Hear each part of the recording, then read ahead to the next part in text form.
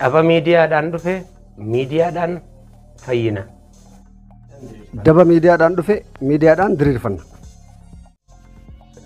Shaggar TV sagalee haqaa. Shaggar galuufanii yaa karaa naannatu damamaadhoo shaggar galuufanii yaa karaa naannatu yoomaan arga. Egaan daawwattoota keenya jaallatamuuf kabajamoo akkam jirtu nagaan keenya bakka jirtanitti isin haa ga'u jechaa har'a hundeeffama magaalaa Shaggar irratti xiyyeeffannee sagantaa tokko qabannee isin dhiyaannee jirra. Gamanummaan gara qophiitti isin dabarsinaa turtii gaariin. Hundeeffama magaalaa Shaggariin wal qabatee hojiileen misoomaa fi hawaasummaa garaagaraa qaamolee adda addaatiin hojjetamaa jira. Bifuma kanaan bulchiinsa magaalaa Shaggar kutaa magaalaa Furii aanolee garaagaraa keessatti hojiileen garaagaraa hojjetamaa kan jiru yoo ta'u hojiiwwan biroo kan hafanis yeroo dhiyootti kan itti fufu ta'uus himameeti jira. Maqaan koo Siyyum Taaddasaan jedhama. Itti gaafatamaa waajjira paartii aanaa Caffee Karaabuuti. Egaa akkuma beekamu gandi duwwaa 8 kan ture amma sadarkaa aanaatti guddate hundeeffama magaalaa Shaggar wajjiniin wal qabatee aanaalee 36 gurmeeffaman keessaa aanaan Caffee Karaabuu tokko. Aanaan Caffee Karaabuu egaa hundeeffamee hojiiwwan misoomaa gurguddaa hojjetee jira. Akkuma ilaaltan calqaba iddoon hojii haala mijataa jiraachuu waan isarra jiraatuuf haalli mijataan akka jiraatu mooraa kana keessatti mooraa kana miidhagsuu, mooraa kana giriin gochuu, abbaa dhimmaatiif mijataa taasisuu hojii guddaadha kan hojjetamaa jiru. Xumurarra hin geenye inni kun xumurarra gaafa ga'e bajanni isaa meeqa akka ta'e ibsuun hin danda'ama jechuudha.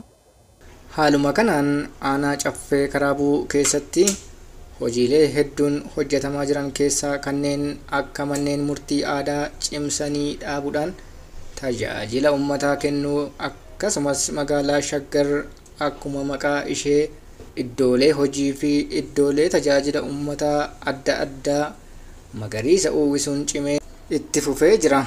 Karaa biraatiin ammoo manneen barnootaa keessatti sagantaan nyaataa barattoota bara kana eegalamuu isaa qindeessan sagantaa nyaataa barattoota Gursee Korree kaa tokkoffaa obbo Taaddalaa Duulessaa akkas nuun jedha.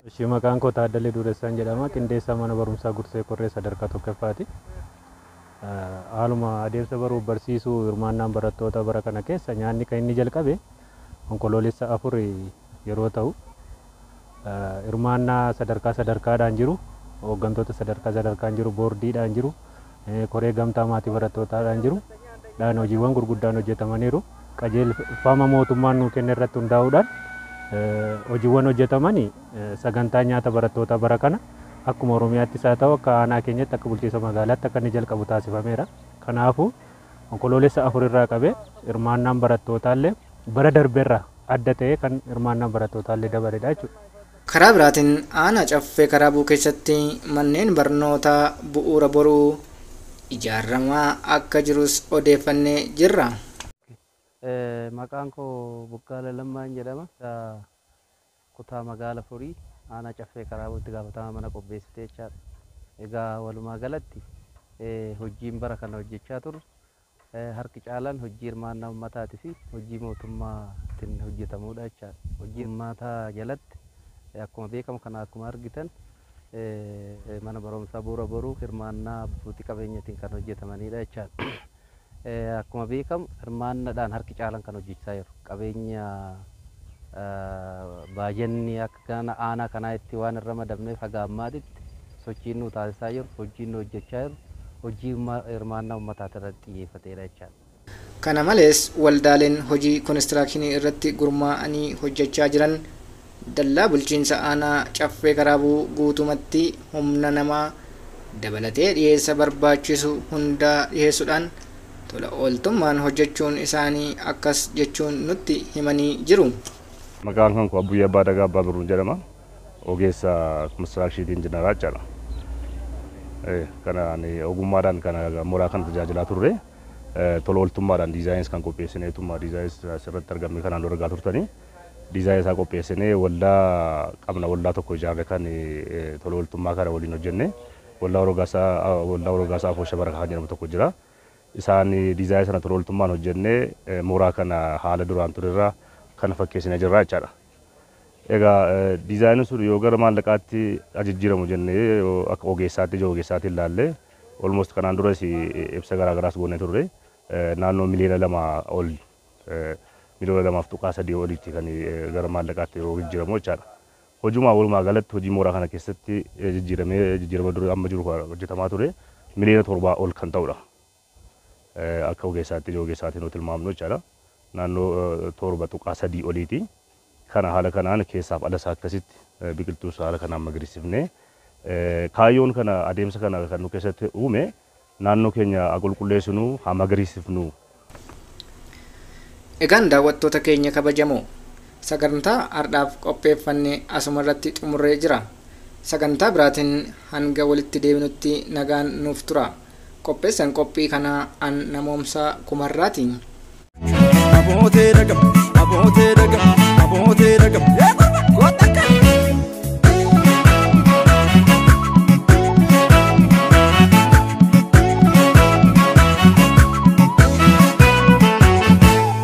Shaggar galuufanii yaa karaa naannantu damamaadhoo shaggar galuufanii yaa karaa naannantu yoo maal argaan kiyyaaf kee abjuu naannantu damamaadhoo yoo maal argaan kiyyaaf kee abjuu naannantu. Amboo gubbaan iftaa qabsaa faanusi damamaadhoo gudar gubbaan iftaa qabsaa faanusi. Afuura kee na beekootu sisiifisi damamaadhoo afuura kee na beekootu sisiifisi. Abootee dhagam jarrofumaa wallab abootee dhagam jarrofumaa wallab. Salaalee bahu malee baranaa salaalee bahu malee yawaan nana jeesi bakkuma garaa gogu malee. Salaaleetti galanii shukutii malee maali dhaatanii gadhee waan ofiitu gubanii ka'ee dhaabuqiisanii. Salaalee bahu malee baranaa salaalee bahu malee yawaan nana jeesi bakkuma garaa gogu malee. Salaaleetti galanii shimala malee maal qabaatanii gadhee waan ofiitu gubanii ka'ee dhaabuqiisanii. Otu koololaatoo siinaa fagaattee jirtaa biyya armaayaa waan ofiitu fagoonarraa hiitatte. Malu waan ofiitu nageenya keenya dhibee yaada'ee yaa koololumtu xiyyaa onneen cinqamte. Lafti koololaatoo shaggar gidduu tasba'ii qottume yaa waan ofiitu birbirsa goororratti. Otu koololaatoo dallaa qabsii buburraaqlee dallaa yaa koololumtu kaa'ee abbaa keenyatti.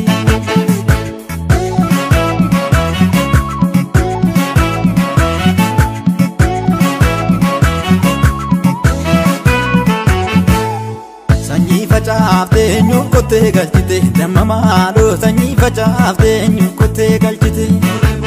Maaliif tafuu fi lakkuu kennite damamaadhoo maaliif tafuu fi lakkuu kennite. Laalcha bileetoo sibiila nyaachiisanii damamaadhoo laalaa raddaatoo ririima nyaachiisanii. Daftee dhuftuu kophaatti na doorsiisanii damamaadhoo nanna qabduu kophaatti na dhaannatanii. Abootee dhagam jarrofumaa wallab abootee dhagam jarrofumaa wallab. Salaalee bahu malee baranaa salaalee bahu malee yawaan nana jeesi bakkuma garaa gogu malee. Salaaleetti galanii shukutii malee maali dhaatanii gadhee waan ofiitu gubanii ka'ee dhaabuqiisanii. Salaalee bahu malee baranaa salaalee bahu malee yawaan nana jeesi bakkuma garaa gogu malee. Salaaleetti galanii shimala malee maal qabaatanii gadhee waan ofiitu gubanii ka'ee dhaabuqiisanii. Otu koololaatoo siinaa fagaattee jirtaa biyya armaayaa waan ofiitu fagoonarraa hiitatte. Malu waan ofiitu nageenya keenya dhibee yaada'ee yaa koololumtu xiyyaa onneen cinqamte. Lafti koololaa